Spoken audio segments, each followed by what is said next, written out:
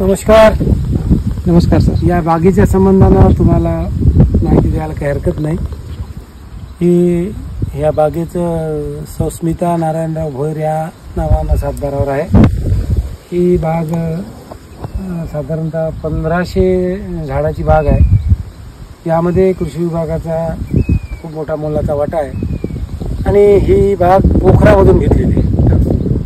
पोखरा जे योजना काय म्हणते कृषी संजीवनी नानासाहेब देशमुख कृषी संजीवनी योजना या नावाने ती ओळखली जाते. पोखराचा पहिला टप्पा आला होता आणि त्यामध्ये ही घेतली. त्यामध्ये साधारणतः ही 15 बाय 20 वर आम्ही लागवड केलेली आहे आणि पोखराला अनुदानही दिलेलं आहे त्या पद्धतीनं. आणि ही बाग साधारणतः 3 वर्षाची आहे. आता जुलैमध्ये हिला 4था वर्ष सुरू होत आहे. बरोबर.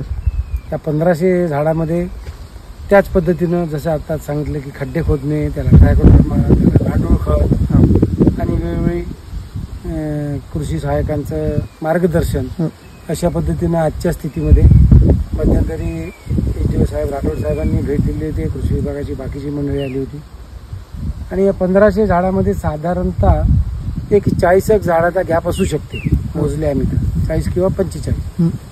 त्याच्यामध्ये आम्ही मागच्या 3 वर्षात आंतरपीक घेत आहोत. आंतरपिकामध्ये आम्ही वेगवेगळे प्रयोग केले. या झाडांच्या दोन्ही साईडला तुम्हाला तुरी दिसत आहे.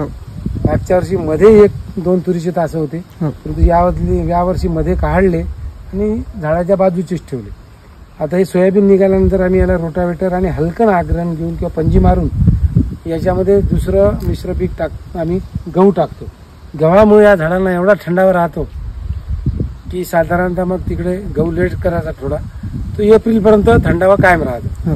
मग एप्रिल नंतर आम्ही पुन्हा याच्यामध्ये चारा वगैरे सारखं पीक टाकून किंवा मूग सारखं पीक टाकून त्याचं बिवडे गव्हामुळे बिवड होते. मागच्या वर्षी आम्ही गहू टाकला, गहू थोडा कमी पिकला, परंतु पूर्णच्या पूर्ण घरचा गहू टाकला आणि त्याच्यामध्ये गहू थोडा कमी झाला, परंतु बिवड झालं. तुरी ज्या ठेवल्या होत्या त्या तुरी मात्र आम्हाला साधारणतः 3-4 क्विंटल तुरी झाल्या. त्या तुरीला आम्ही फवारलं नाही किंवा थोडीशी त्याची पाहिजे तशी सोय झाली नाही. आणि पण तुरीचा कुटार झालं, चारा झाला, गव्हाचं बिवड झालं. अशा पद्धतीने दुबार पद्धतीमध्ये आम्ही ते पीक घेतलं. सर किती वर्षापर्यंत आपण याच्यात आंतरपीक घेऊ शकतो? आता तर माझ्यापेक्षा सांगळे साहेब सांगू शकते. मी तर नमस्कार. सर्वप्रथम मी आपणास सांगू इच्छितो की भोयर सरांनी ही 3 वर्षाखाली पीक पोखरा योजनेअंतर्गत लागवड केली होती. हे सरांना या योजनेअंतर्गत जे आता ही संत्र्याची बाग दिसत आहे, एवढी सुंदर बाग पूर्ण 100% अनुदानावर त्यांना फळबाग म्हणजे 1500 झाडे, याच्यामध्ये जिवंत झाडाचं प्रमाण 100% असल्यासारखं आहे. बरोबर. आणि याच्यामध्ये सरांनी दरवर्षी आंतरपीक, पहिल्या वर्षी कापूस घेतला होता, दुसऱ्या वर्षी सरांनी मिरची सारखं पीक लावलं होतं. त्यानंतर सरांनी असं आंतरपीक कंटिन्यू घेतच आहे. याच्यामध्ये आता आपल्याला जोपर्यंत फळधारणेला येत नाही आपलं पीक, तोपर्यंत आपण याच्यात आंतरपीक घेऊ शकतो. याच्यामध्ये तुम्हाला आंतरपीक घेण्यासाठी काहीच अडचण नाही. म्हणून मी सर्व शेतकऱ्यांना विनंती करतो आपल्या घाटांची तालुक्यातली की आपण जास्तीत जास्त करून एकदा सरांच्या फळबागेला भेट द्या, त्यांच्याशी चर्चा करा, त्यांचे अनुभव शेअर करा. कारण त्यांनी 3 हेक्टर बाग, जवळपास 1500 ते 1600 झाडं संत्र्याचे, पूर्ण 100%, एकही झाड जिवंत नाही. त्यानंतर त्यांनी आता जवळपास 1500 ते 1600 आंबा लागवड सलग. आपली प्रत्येकाचं असं असतं की आपल्याकडे 5 एकर जमीन आहे तर 5च एकर जमीन आहे असं आपण म्हणतो. त्या एवढ्या जमिनीत आम्ही काय करणार आहोत. पण मी सर्व शेतकऱ्यांना अशी विनंती करतो की 5 एकर असेल तर अर्धा एकर प्रयत्न करा. अर्ध्या एकरवर तुम्ही कोणतीही फळबाग घ्या आणि ते पूर्णपणे शासनाचं अनुदान त्याला आहे. आणि एवढं चांगलं आहे की तुम्ही अर्धा एकर लागवड केल्यानंतर त्या 3 ते 4 वर्षानंतर तुम्ही आम्हाला म्हणसाल की अजून आम्हाला फळबाग लागवड करायची.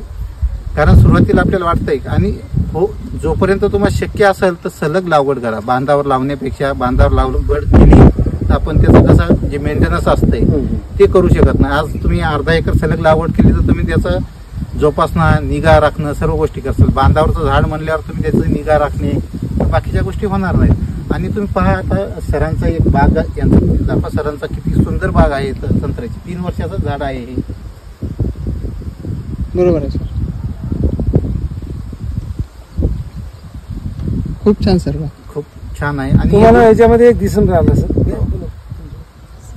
आणि याच्यामध्ये आता आंतरपीक 3 वर्षानंतरही सरांनी आंबे सोयाबीनचं आंतरपीक टाकलंच आहे. हो. सोयाबीनचं पीक सुद्धा जोमदार चांगलं आहे आणि सरांनी बेड पद्धतीने लागवड केली. एकदम चांगलं सोयाबीनचं पीक. आता दुसऱ्या पिकापेक्षा सोयाबीनचं पीक पहा तुम्ही. आताच्या सध्याच्या वापसा कंडिशनला आहे, सर्व काही योग्य आहे. हो. आणि संत्रा बघा तुम्ही, तुम्हाला कुठेही हे दिसणार नाही. संत्र्याचं झाड बघा तुम्ही, हो. एकदम चांगलं. त्यामुळे सर्व शेतकऱ्यांना विनंती आहे माझी की एकदा सरांच्या शेतात येऊन भेट द्या, त्यांचं विचार एकमेकाशी हे करा, देवाणघेवाण करा आणि फळबाग लागवडीकडे आपण एक पाऊल टाका, अशी मी सर्व शेतकऱ्यांना विनंती करतो. सर साधारणपणे कोणत्या वर्षीला फळाला सुरुवात होते संत्र्याच्या? हे 5 वर्षानंतर फळधारणेला सुरुवात होती याला. सर आता याला छोटे छोटे फळ लागले, तर मग हे कोणते फळ म्हणायचे? वायफळ? नाही, हे काढून टाकायला पाहिजे. छोटे छोटे हे जे फळ आहेत हे काढून टाकायला हवेत. आम्ही काढूनच टाकतो. आणि आता याच्यामध्ये बी 2 पद्धती आल्या आहेत. हो. इंडो इस्रायल पद्धत आहे. हो. तर हे अंतर किती आहे? 15-20. 15. मग हे संत्रा आता तोडून टाकायला पाहिजेत का? हो. राहिला तर काही होत नाही, मग त्याला मटेरियल भरपूर द्यायला लागतं. हा हा. हो, होत काही नाही. हो. याचे 4 पैसे येऊ शकते, हो. पण नाही, मग याच्यात कसं जे वाढ आहे तुमची, हो, ते झाडाची वाढ थांबते. सर्व काही गोष्टी हो, हो. कधी कधी मग त्याचं जर व्यवस्थित नाही झालं तर झाडाला मार बसतो. हो हो. पण ठेवलं तर काही हरकत नाही. 14 नाही, वर्षी नाही. ठेवते आपण 5 वर्षाला फळधारणा येते. हा. पण 5 वर्ष म्हणजे बागेचा दर्जा कायम राहतो. हा, दर्जा बरोबर. काय? ते आम्ही आता तोडणार आहोत. हो. आणि आता लेबरचं आणि पाणी सतत चालू आहे ना. हो. यामध्ये अजून सर्व शेतकऱ्यांना माझे भाऊसाहेब फोंडकर मध्ये हो. 6x3 वर हो. संत्र्यासाठी इंडो इस्रायल पद्धतीने सुद्धा लागवड करता येते आपल्याला. हो. 6x3 मीटरवर. हो. ते सुद्धा खूप सुंदर आहे. झाडाची संख्या मेंटेन राहते हो. आणि उत्पादकता वाढून जाते. हो. धन्यवाद सर आपल्या मार्गदर्शनाबद्दल. थँक्यू.